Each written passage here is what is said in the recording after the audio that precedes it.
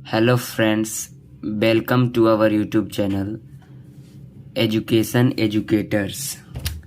आज हम आप लोगों को सॉल्यूशन चैप्टर का न्यूमेरिकल कराने जा रहे हैं।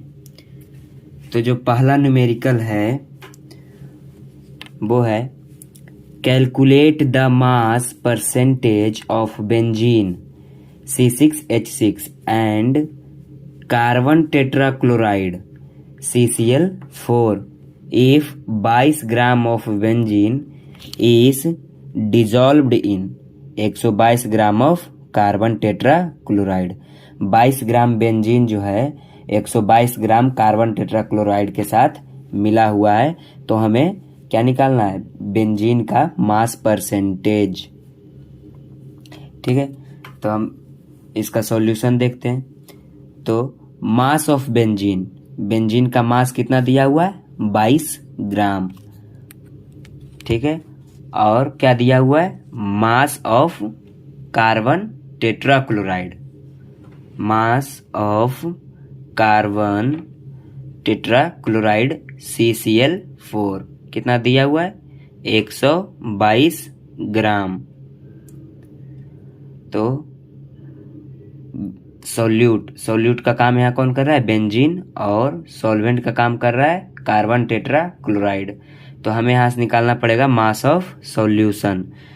तो यहाँ से मास ऑफ सॉल्यूशन हो जाएगा 22 plus 122, 22 plus 122 solute plus solvent, तो कितना हो जाएगा? 144 ग्राम। और परसेंटेज W/W निकालना है हमें। मास परसेंटेज निकालना है। तो मास परसेंटेज का जो फॉर्मूला होता है वो होता है परसेंटेज W/W, और निकालना है बेंजीन का। तो यहाँ से लिखना होगा परसेंटेज W/W ऑफ C6H6 बराबर क्या हो जाएगा? मास ऑफ बेंजीन यानी C6H6 बटा मास ऑफ सॉल्यूशन। ठीक है, और गुना 100 करना पड़ेगा, क्योंकि मास परसेंटेज का फॉर्मूला होता है मास ऑफ सोल्यूट बटा मास ऑफ सॉल्यूशन गुने 100। तो यहाँ से मास ऑफ बेंजीन कितना दिया हुआ है? मास ऑफ बेंजीन दिया हुआ है 22 ग्राम, और मास ऑफ सॉल्यूशन दिया हुआ है 144 ग्राम, और गुने 100।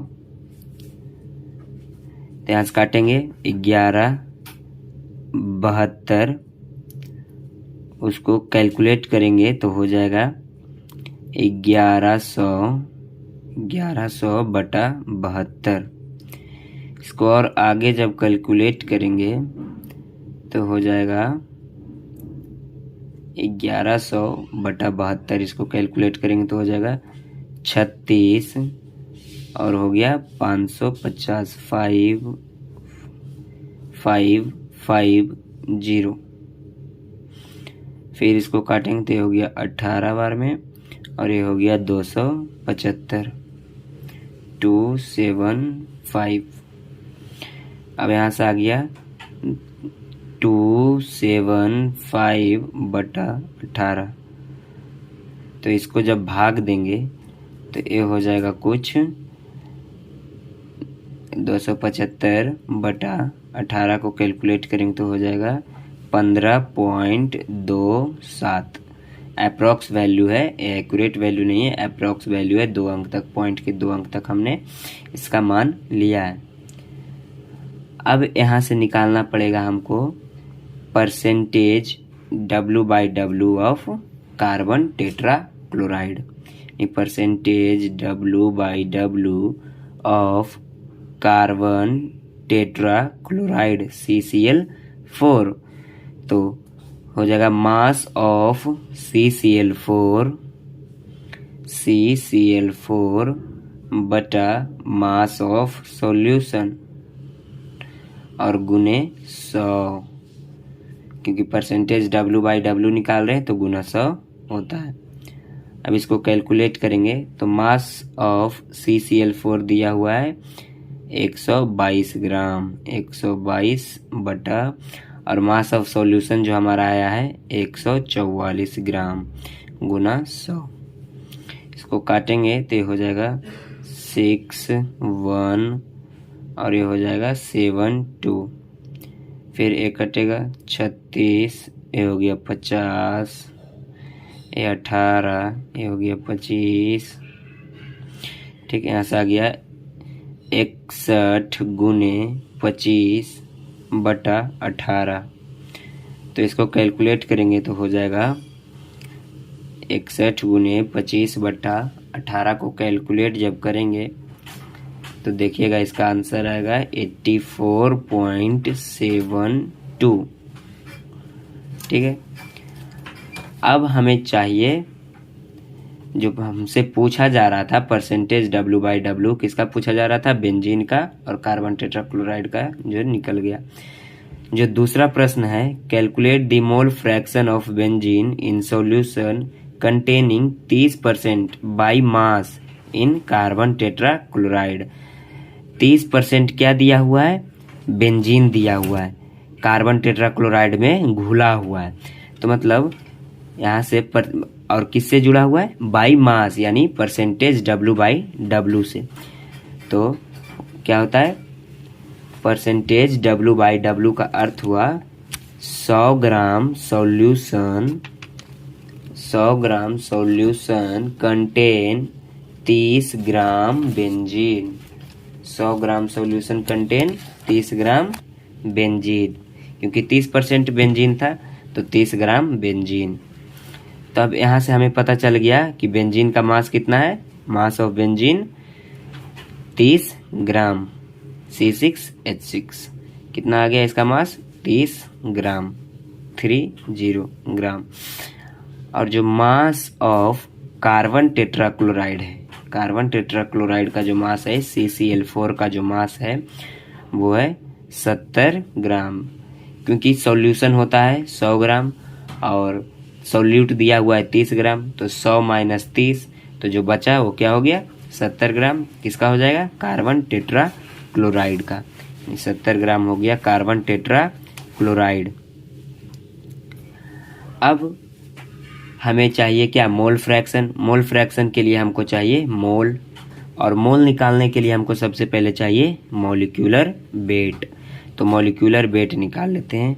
मॉलिक्यूलर वेट ऑफ C6H6 यानी N1, C6H6 निकाल लेते हैं। तो ये हो जाएगा कार्बन 6, तो 1 का 6 तो 6 का 72, 1 का 12 तो 6 का 72 प्लस हाइड्रोजन 6 हो गया कितना? 78 ग्राम प्रति मोल। और मॉलिक्यूलर वेट ऑफ CCl4 कितना हो जाएगा? 1 कार्बन का हो गया 12 प्लस क्लोरीन का होता है 35.5, 1 का 35.5 तो 4 का हो जाएगा 142, 142 कितना हो जाएगा? 154 ग्राम प्रति मोल। ठीक है। और जो अब मॉलिक्यूलर वेट निकल गया। अब यहाँ से हमको चाहिए मोल। तो मोल ऑफ C6H6 तो यानी N1, मोल ऑफ C6H6 यानी N1 कितना हो जाएगा? मास बटा मॉलिक्यूलर वेट। तो मास कितना है? मास दिया हुआ है 30 ग्राम, 30 बटा मॉलिक्यूलर वेट आ गया 78। ठीक है। इसको कैलकुलेट करेंगे तो ये हो जाएगा 0.38। ये एक्यूरेट वैल्यू नहीं है, पॉइंट के 2 अंक तक लिया गया मान है। अब mole of CCl4 carbon tetrachloride का मोल निकाल लेते हैं, जो कि N2 बराबर हो जाएगा मास बटा मॉलिक्यूलर वेट। और मास दिया हुआ है हमारे पास कितना? 70 ग्राम। तो 70 ग्राम बटा और जो मॉलिक्यूलर वेट आया है वो है 154 ग्राम प्रति मोल। तो हो जाएगा भागा 154। इसको कैलकुलेट करेंगे तो ए आ जाएगा कुछ 0.45। ठीक, अब निकालना है हमें मोल फ्रैक्शन। तो मोल फ्रैक्शन क्या होता है? मोल ऑफ सोल्यूट बटा मोल ऑफ सॉल्यूशन। तो मोल फ्रैक्शन निकालना है बेंजीन का, तो मोल फ्रैक्शन ऑफ बेंजीन बराबर हो जाएगा मोल ऑफ बेंजीन बटा मोल ऑफ बेंजीन बटा मोल ऑफ सॉल्यूशन। ठीक है, मोल फ्रैक्शन को डिनोट किया जाता है किससे? कैपिटल एक्स से डिनोट किया जाता है। और उसके नीचे लिख देंगे जिसको निकालना है, तो निकालना है बेंजीन, तो C6H6। और मोल ऑफ बेंजीन हमारे पास आ गया है 0.38 और बटा मोल ऑफ सॉल्यूशन तो हमें दिया नहीं है, तो इसको हम निकालना पड़ेगा। तो सॉल्यूट का मोल जोड़ देंगे और सॉल्वेंट का मोल जोड़ देंगे, तो हो जाएगा 0.38 प्लस 0.45। ठीक है, तो ये आ जाएगा कुछ 0.38 बटा 0.83। सॉल्यूशन का कितना आ गया? सॉल्यूशन का मोल आ गया 0.83। ठीक है, अब यहाँ से हम निकाल देते हैं, दोनों को भाग कर देंगे। तो भाग करेंगे C6H6 का जो मोल फ्रैक्शन निकालना है, पॉइंट से पॉइंट कैंसिल हो गया 38/83। तो इसको जब भाग करेंगे तो 0.457 और ये आते रहेगा, ये एक्यूरेट वैल्यू नहीं है, तो इसको हम एक राउंड फिगर में ले लेते हैं। C6H6 का मोल फ्रैक्शन हो जाएगा 0.46 और यह एक यूनिट लेस होता है।